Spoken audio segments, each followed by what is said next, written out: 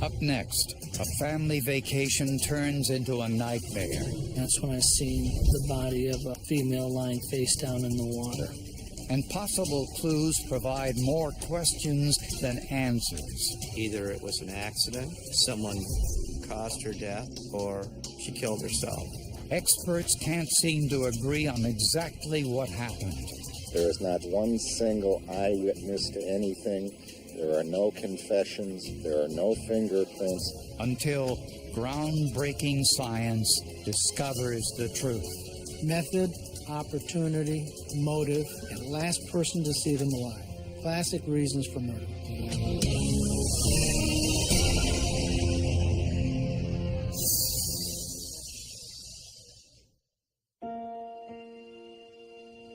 Every year, the Unger family spent their vacation on the western shore of Lake Michigan in a place called Watervale. It's almost a sanctuary for them to go somewhere else in the state where they can just forget about the rest of the world and reconnect with themselves and their families and their loved ones. Florence worked as a bank loan officer. Her husband, Mark, a mortgage broker, was also a well-known radio personality. Mark Unger had a sports radio show and made him somewhat of a celebrity within his circle of friends. Their vacation in 2003 was like most others. The Ungers checked into their cabin, had dinner, and Mark spent time with their two sons, while Florence was outside for some fresh air. Mark read a story to the boys, sang a song, put them to bed, kissed them goodnight, and came back out to the deck, and that Florence was not on the deck. Mark assumed Florence went next door to their friend's cabin, since their lights were on. Not wanting to leave the children alone, Mark went to bed. When he awoke just after dawn, Florence still wasn't there. He called the resort owners at approximately 7:30 in the morning, asking them if they had seen Florence. They said they had not. The resort owners went looking for her and found Florence's body in the lake and called 911. There was a guest at Watervale who was an acquaintance of ours, and I believe it's suicide or a drowning. What is her name? Flo Unger. When police arrived, they noticed Florence's body was in the lake next to a boat launch. 12 feet above was the deck outside the Ungers' cabin. When I looked up, there was a deck railing from the boathouse, and I noticed the deck railing was broke and fractured out. It looked as if Florence had been sitting on the railing and it gave way. Investigators measured the height of the railing and discovered that it was 10 inches below the state building code. You look at that rail and it's low enough that you think if somebody had been sitting on it, they could lose their balance and fall over the edge. I know that I personally didn't want to sit on it. The splintered railing led to suspicions it was structurally unsound. They referred to it as a death trap and that it was an accident waiting to happen. A person could reasonably piece together someone fell through a railing, hit the ground, and ended up perhaps in the lake there. Florence's body was transported to the medical examiner for an autopsy. The medical examiner found no drugs or alcohol in her system. He did find evidence of severe head trauma, but the cause of death wasn't the head trauma, it was drowning. There was plenty of fluid, and that was the result of her active inhalation of the water from the lake because she was submerged. But what caused Florence to fall to her death? Was it suicide, an accident, or something more sinister. This is Flo Unger, and she was a student from 1975 to 1978. The tragic death of Florence Unger, the mother of 2 young children, was a shock to co-workers, friends, and family. Unless you've lived through it, it's very difficult to explain. You feel like your head's going to explode. It's total and complete devastation. There's nothing like it. It's unimaginable. Police at the scene had to consider every possibility. What do you have? Do you have a suicide? Do you have an accident? Or do you have a homicide? Florence's family ruled out suicide as a possibility. There's no way that she could have contemplated suicide for a number of reasons. Number one, she would never have left her children parentless. An accident seemed like a distinct possibility. The railing on the deck outside the Ungers' cabin was freshly broken. It looked as if she were sitting or leaning on it, and it gave way, causing her to fall to the boat launch below. But how did the body get into the water? Mark Unger hired a private independent forensic firm to find out why. They concluded that with Florence falling 12 feet from the deck, the momentum of the fall carried her forward from the point of impact. They produced 5 different scenarios, computer animations that showed different ways that Florence could have possibly ended up in the water. The forensic firm concluded that Florence's death was an accident. But the medical examiner completely disagreed. Bodies do not bounce. That's number one. She would have been rendered unconscious upon contact. An unconscious person, unconscious individual, cannot just walk into the water. And Dr. Dragovich noticed that the blood stain on the boat launch was nearly a foot in diameter. For blood to go to that size, to the diameter that we're talking on the cement platform, the body would have had to been there for a period of time. To find out how long Florence would have laid there bleeding, Dr. Dragovich examined slides of her brain tissue. He focused on the neurons, a cellular communication system that controls movement, memory, and emotion. Dr. Dragovich discovered repair proteins in Florence's brain that were released after her head injury. This showed that Florence's brain was struggling to survive long after she hit her head and before she drowned. These neurons are suffering from lack of oxygen. They're damaged, and some of them are already dead, but some of them are trying to repair themselves. It was a long period of time. She was alive, unconscious, but alive, still breathing. Dr. Dragovich estimated that Florence was lying on the cement for at least 90 minutes, possibly for as long as 2 hours before she was in the water. And there was other conflicting evidence. The blood stain on the boat launch and the broken railing above did not line up. The trajectory of where she wound up on the deck was not in line with where the break in the railing occurred. To see whether the deck railing was structurally unsound, analysts tested an unbroken section of the deck railing using what's called a load cell. The load cell is more or less a scale. It's a series of springs and sensors, and it measures compression and tension.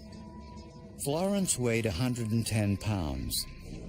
To simulate her sitting on the railing, analysts attached a bicycle seat to one end of the load cell.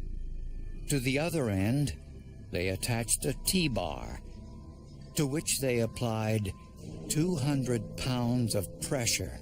The railing didn't buckle or break. Somebody from the lab made the comment, wow, 200 pounds. So we knew right then and there that any plan to paint the rail is rotting and dilapidated weren't going to work. It was beginning to look like the scene had been staged to look like an accident. It was a charge Florence's husband, Mark, adamantly denied. People that knew Mark said Mark was not a killer. Mark would not do that. That he loved Flo, that he loved his family, that he would not do anything like that. Mark had no criminal history, and his children said they heard nothing suspicious on the night of the incident, no argument or fight between their mother and father. Mark continued to maintain his wife's death was a tragic accident. He told the police she had been a little depressed, but he later went on to tell the police Flo would have never committed suicide. He was adamant about that. But Florence's family believed this was murder and that Mark was her killer. Method, opportunity, motive, no alibi, and last person to see them alive. Classic reasons for murder. He had them all.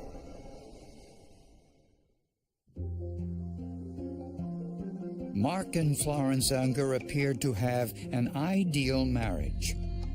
On the surface, they would appear to be the perfect couple, living in an affluent community with two beautiful children, a beautiful house. But to those who were in their inner circle, they knew that there were many, many problems. Mark Unger's issues with drugs and gambling had cost him his job. He was a pathological gambler. Mark was an alcoholic. He was a drug addict. And this was affecting his personality. He spent as much as 6 months at a time in rehab. Florence actually said at one point it almost seemed like rehabilitation had become his job. Police also learned that Florence had filed for divorce 2 months before her death and had moved on to another relationship. There was evidence of a relationship that Flo had become involved in, and this individual was a close friend of Mark's as well. So it was a difficult circumstance at best.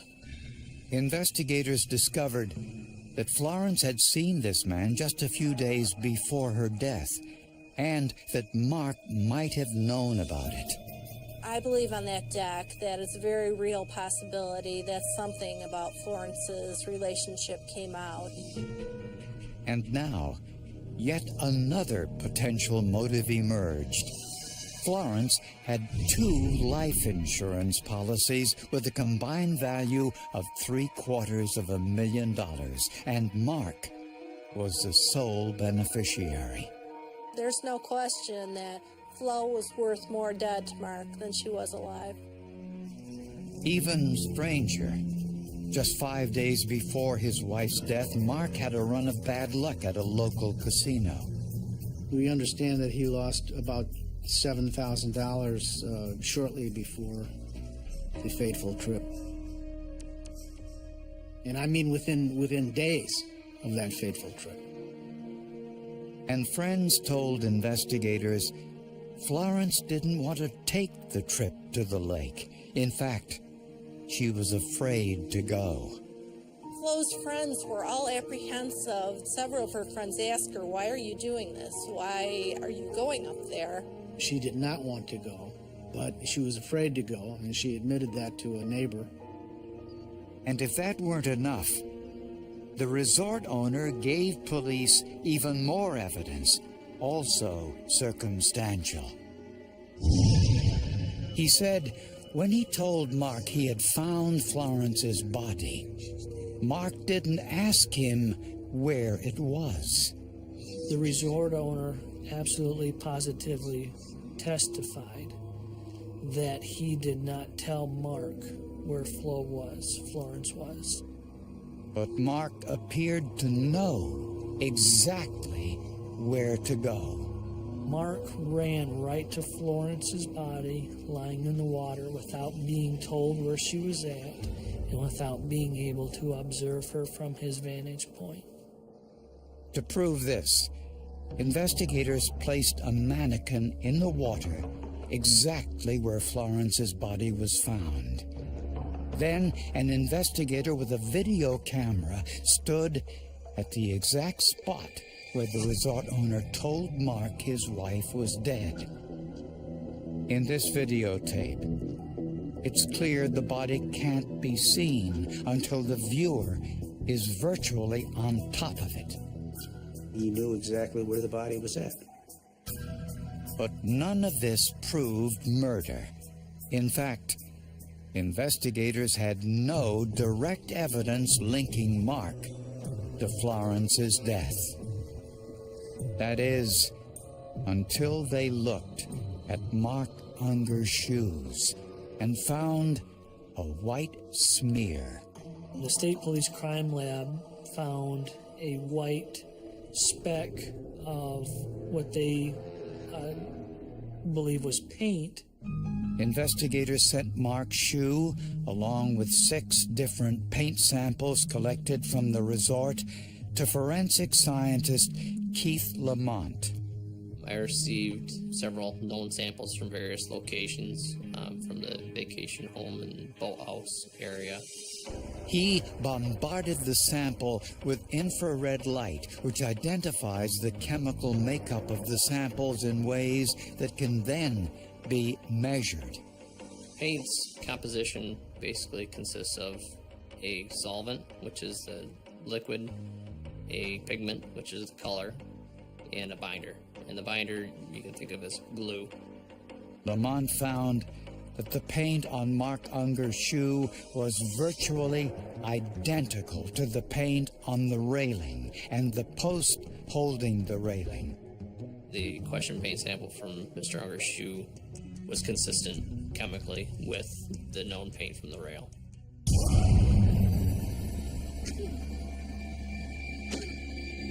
To investigators, this pointed to only one logical conclusion. We believe Mark kicked that railing, and the paint stuff on the shoe certainly would suggest that. But was this enough to get a conviction? Investigators knew 2 important details about the death of Florence Unger.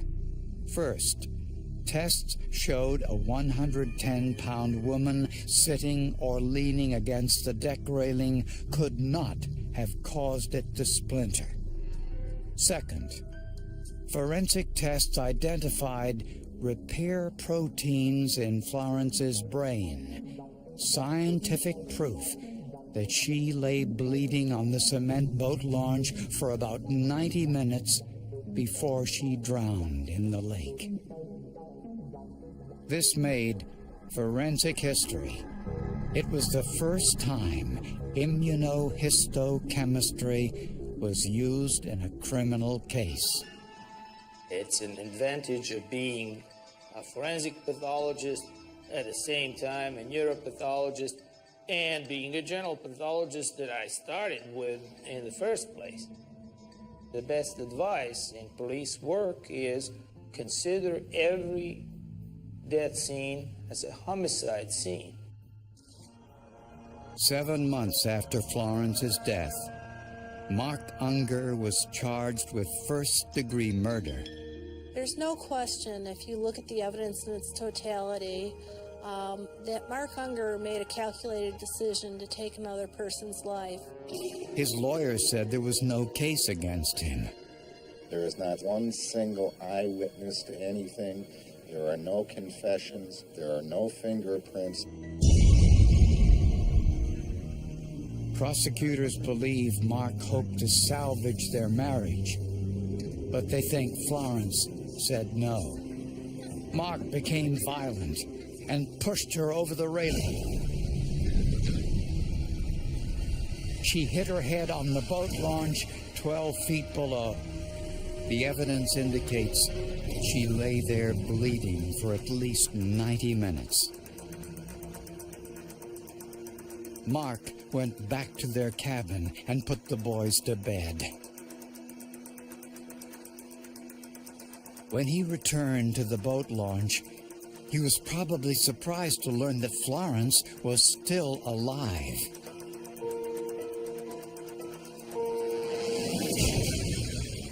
So he pushed her into the lake, where she drowned. But he didn't realize the size of the blood stain on the boat launch and the repair neurons in Florence's brain. Both told a story. In an attempt to make it look like an accident, Mark kicked the railing with his right foot, transferring paint to the tip of his shoe.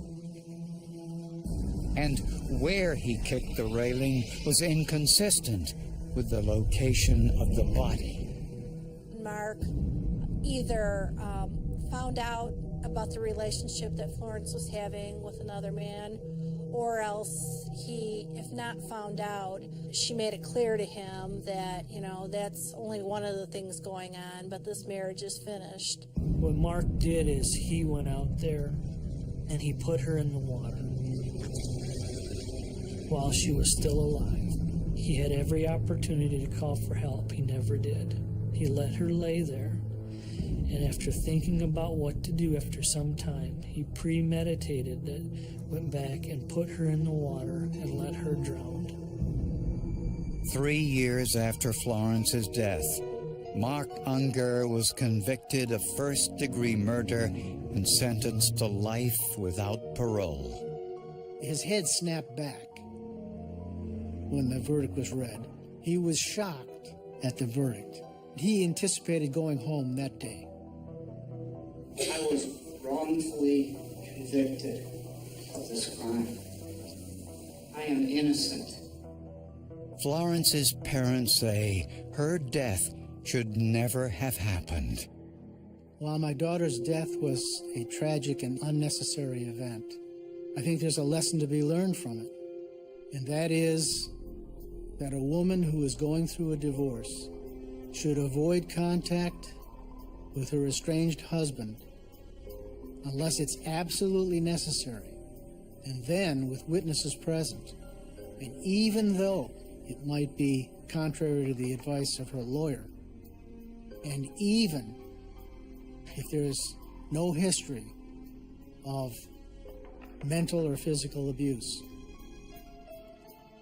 divorce is a very volatile situation, and it is better to err on the side of caution, because even casual contact could result in a dangerous or life-threatening event. Florence's parents are raising her children and keep a small garden in her memory, although the grief is permanent.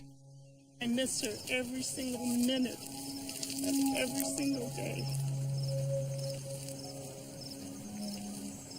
And I hope he thinks about what he's done for the rest of his miserable life. Mark Unger almost got away with murder. Only scientific analysis of brain tissue and his shoes ensured he didn't. How he could think that he was going to get away with it, I can't imagine. Being able to establish that Florence was alive for an extended period of time before she was placed in the water was crucial, very important. It was a great, reminder that, things aren't always as what they seem. They're not always what people try to portray them to be.